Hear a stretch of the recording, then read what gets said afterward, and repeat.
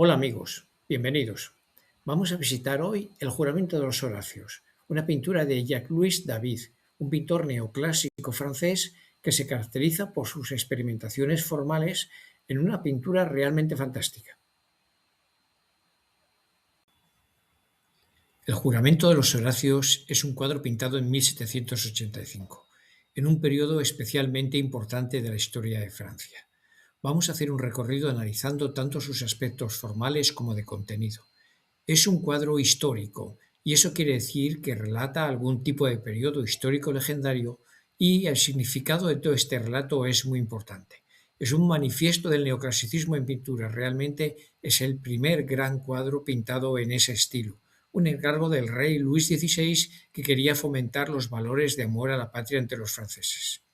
Todos los cuadros del género histórico tienen un análisis muy fundamental de su significado y de su relación con un determinado relato. A partir de él, el propio David y el pintor en cada caso realiza una invención, una invetio de cómo representar, de cómo hacer que estos elementos queden lo más claro posibles para el espectador. Es una historia que seguramente habréis oído alguna vez, un relato del encuentro entre Curiacios y Horacios en Roma en el siglo VI a.C. La interpretación de David es muy interesante y se basa en dos relatos. En este siglo VII a.C., las ciudades de Roma y Alba Longa están enfrentadas. Después de unos años de convivencia en que se han establecido lazos familiares, llegan a un momento de confrontación por saber qué de las dos ciudades se hace con el control del territorio. En Roma, los personajes que vamos a conocer son los Horacios, en Alba Longa los Curacios, y entre ellos se van a enfrentar. Es un relato que cuenta Tito Livio en su obra Urbe Condita, que cuenta el origen de la nación de Roma, y la cuenta a través de estos curiosos personajes. Los Horacios son tres hermanos que han sido designados para enfrentarse a tres ciudadanos de la otra ciudad, Curaceos, y así evitar la guerra más abierta entre los dos pueblos. El cuadro que representa David es el padre, Horacio, entregando a los hermanos Horacios, a sus descendientes, las espadas con las que se van a enfrentar a los otros tres hermanos de la población curacia. La historia se complica más porque vemos a la derecha del cuadro tres mujeres, luego hablaremos mucho de ellas, que son esposa y hermanas de los hombres que se van a enfrentar, con lo cual gane uno, gane otro, pierden siempre alguien, porque el duelo entre los hermanos Horacios y los hermanos Curiáceos es a muerte. Más bien, David se fundó, más que en el relato de Tito Livio, en una obra del autor Pierre Corneille, que alrededor de 1640 escribe Horacio, donde pone en relación todos estos personajes, como siempre inventando algunos elementos, porque da especial importancia al papel de las mujeres. A Camila, que es hermana de Horacio y amante de Curiacio, por lo tanto, pertenece a una familia, pero está enamorada de la familia enemiga. O Sabina, que es una joven de la ciudad de Alba y sin embargo está casado con Horacio, que es el jefe de la población de Roma. Este conflicto familiar hará que todo sea una auténtica tragedia y es este punto importante en el que David da mucha importancia, luego veremos qué papel juegan estas mujeres en la obra. Horacio cuenta todas estas obras y cuenta un episodio final que no aparece en la obra de David, cuando después del conflicto, la gran batalla, vencen los Horacios solo vive uno de ellos, ha matado a los tres Curacios y uno de los que ha matado es el de su hermana. Cuando vuelve a Roma, su hermana llora porque ha muerto su prometido y Horacio, enfadado porque no refleja su alegría por su victoria y la victoria de Roma, da muerte a su hermana. Si todos esos aspectos del contenido, del relato fantástico de estos personajes es muy importante, vamos a prestar aquí más atención al aspecto formal, cómo el pintor interpreta esta historia y cómo es capaz de contárnoslas para transmitir esas emociones. vamos a analizarlo a través de la composición. Los personajes los divide en tres grupos, como veis. Es muy importante señalar que el acto concreto que representa en el cuadro, el hecho en que el padre pide juramento de fidelidad a la ciudad de Roma y que intentarán por todos sus medios vencer o morir, no aparece representado ni en la obra de Tito Livio ni en la obra de Racine. Se lo inventa David y es capaz de darle este significado muy especial.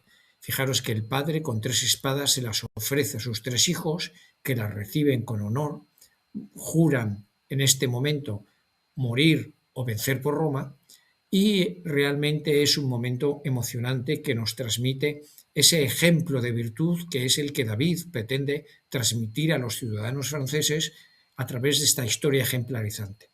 A la derecha, el tercer grupo de la composición son las mujeres, que saben que pase lo que pase van a sufrir dolor, porque o mueren sus maridos o mueren sus hermanos y la sangre va a correr seguro entre las dos ciudades de Roma y Alba, y por eso expresan esos sollozos, ese temor. Fijaros que la contraposición de David es muy fuerte entre los hombres situados a la izquierda que con valor se enfrentan a la muerte y las mujeres situadas a la derecha que lloran con sensibilidad ante lo que ven va a ser una auténtica tragedia familiar entre sus pueblos. La composición de las líneas es realmente magistral. Fijaros cómo con las formas de los pies, de las piernas, de los brazos, se van creando unas diagonales que nos dan un gran dinamismo. Es pintura neoclásica y pretende David, con muy pocos elementos, transmitir muchas imágenes y para ello se basa en el contenido de las composiciones de tiempo de griegos y romanos. Muy interesantes son los puntos de fuga y la composición del cuadro.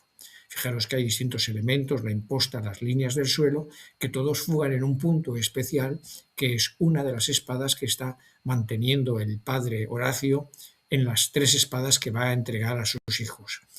Es un punto especial que crea una tensión entre el metal, que es el elemento que va a llevar la muerte o la victoria a los ciudadanos, y ese juego de manos tan espectacular que es uno de los aspectos más impresionantes del cuadro. En realidad, el punto de fuga enseguida nos desvía la atención a la palma de la mano del padre, que es la única mano que aparece abierta, con la parte más débil de la mano, que es la palma, frente a las otras manos que, como veis, son manos fuertes, manos decididas, y el único gesto, digamos, de paz, de recibimiento, es la mano abierta del padre. Este es un elemento básico en la composición.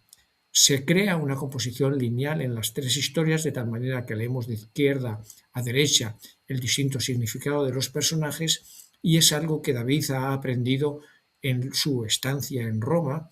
Durante 2-3 años permanece en Roma donde copia y estudia todos los frisos antiguos y las estatuas y de alguna manera en estos dibujos se representa algo que le interesa mucho es esta composición de los volúmenes a modo de bajorrelieve. Fijaros que aparecen relieves con un fondo que es una composición similar a como está planteando en el cuadro. Unas figuras muy escultóricas. Parecido a esos sepulcros que él encontró en Roma y donde vemos aparece un relato lineal de izquierda a derecha con distintos personajes. El neoclasicismo intenta leer en ese modo de composición de los griegos y romanos el modo de comunicar nuevos mensajes. Mucho más evidente en este cuadro de las Sabinas, que es un cuadro posterior del propio Jacques-Louis David, que comentaremos más adelante, y donde se ve claramente esta linealidad en la composición para leer siempre de izquierda a derecha y ese sentido volumétrico que casi parecen altorrelieves o bajorrelieves con unos elementos en primer plano y un fondo más neutro detrás. Si esta composición general es un acierto en el modo en que David adapta esa historia a un modo de relatarlo, inventando algunos elementos y haciendo una interpretación que nos transmite un mensaje, el cuadro está lleno de detalles interesantísimos que nos demuestran la habilidad de David como pintor. Vamos a fijarnos en unos cuantos de ellos, 4 o 5, que nos van a transmitir la emoción del cuadro que consigue David. Uno de los elementos más importantes son los tres hermanos Horacios que están recibiendo el juramento. Fijaros que en lo que parece una composición muy sencilla de tres personajes superpuestos hay una gran complejidad. En realidad es una escultura con tres personajes que él interpreta como una pintura, de tal manera que las figuras que están delante deberían tapar a las que están detrás y él consigue la habilidad de desplazar levemente los brazos, levemente las cabezas, levemente las piernas, para que nosotros lo veamos en dos dimensiones con esa riqueza del volumen. Fijaros que es un gesto que parece sencillo, pero es muy complejo.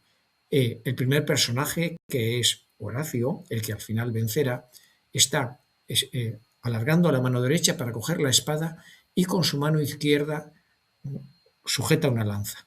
Los otros personajes están, que parece sencillo, pero es realmente complejo, están alargando su mano izquierda. Y fijaros que el del medio, uno de ellos, con su mano derecha está agarrando a su hermano. No sabemos si el tercer personaje está haciendo ese mismo gesto, pero es interesante ese juego de los brazos y ese diálogo. Esas manos que están a distintas alturas y nos expresa muy bien esa profundidad, que además aparece repetido por el gesto de las espadas que están levemente movidas. Fijaros que es muy interesante este gesto de la mano y él lo prueba de distintas maneras en sus esbozos.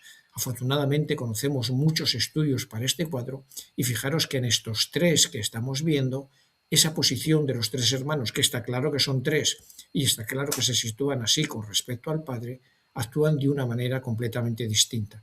En la de la izquierda los movimientos son distintos. En el del medio, la lanza que sujeta el primer personaje está puesto en inclinado y los otros personajes también parece que deben llevar lanza. En el de la derecha, que es el definitivo, ya solo un primer personaje lleva lanza y aparece el gesto del hermano sujetándole por la cintura. Ese gesto que es uno de los motivos más emocionantes del cuadro, fijaros cómo transmite, si las manos estiradas dan esa sensación de firmeza y de fe y de fidelidad de juramento en la victoria, esta es una mano muy humana, fijaros cómo expresa un sentimiento de miedo y por otra parte de querer agarrarse a su hermano ante la proximidad y el miedo de la muerte. Es una figura que representó muchas veces con estos fantásticos dibujos que conservamos, donde es muy importante también el juego de los colores y el modo en que representa en las vestimentas, las túnicas del primer personaje, el que vencerá la batalla, el único que lleva la lanza, y esa lanza significa que él es el que va a conseguir vencer porque posee más valor que su hermano, que de algún modo tiene un gesto más humano, que es el de agarrar a su hermano como gesto de dolor o de miedo. Los rostros son también interesantísimos. Fijaros que por el mismo pequeño truco pictórico de algo que es en volumen, pasarlo a dos dimensiones, las vemos superpuestas unas a otras y muy importante el perfil. Fijaros que en el personaje de la izquierda es un perfil claro sobre un fondo oscuro, el segundo es un perfil oscuro sobre fondo claro y el tercero es el que es menos claro en esa definición. Estos perfiles perfectamente estudiados por David son los que nos permiten determinar la personalidad de cada uno de los tres hermanos y en vez de repetir una figura, consigue con este movimiento de las cabezas, veis que el de la izquierda, Horacio, el que será vencedor, es el que demuestra más determinación y el que está separado de los otros dos, que parece que además en sus gestos tienen una sensación de debilidad con respecto al gesto de Horacio. Y en las manos, fijaros la extensión, de nuevo la de Horacio, que está en primer término, es la que aparece más musculosa, con una mano más recta, mientras que en las manos de los otros hermanos hay un pequeño movimiento en los dedos que de alguna manera también se asemeja a esa mano del padre. Es un cuadro fantástico en esta representación de las manos. A la derecha aparecen las mujeres. Habíamos visto que una es la esposa de Horacio y es de la población de Alba, con lo cual morirán sus hermanos, y el otro es una hermana de los combatientes de Alba y sin embargo novio de uno de los personajes de Roma. la tragedia está asegurada. En una de estas personajes, que es este personaje, fijaros cómo el estudio del drapeado, de representación de los tejidos, magistral y que nos intenta transmitir, si en la izquierda era la fuerza y la virilidad, aquí hay una extraordinaria sensibilidad, belleza y textura del volumen fantástica en esta representación. Daros cuenta además que es un elemento blanco en la composición frente a todos los demás elementos de color.